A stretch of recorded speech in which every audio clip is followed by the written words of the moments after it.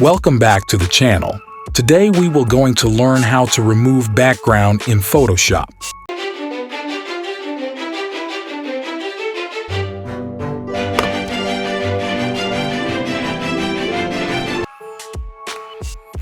Go to the Quick Selection tool or press W for the shortcut. Click on Select Subject. Photoshop will automatically make a selection of an object.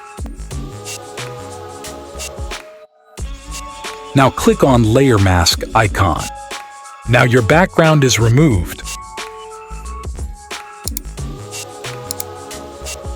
Remember, this feature only works in the latest Photoshop version.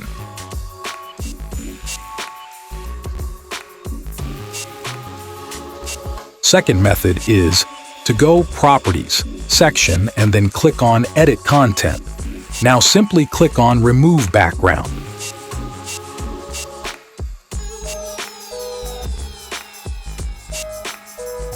Now your background is removed.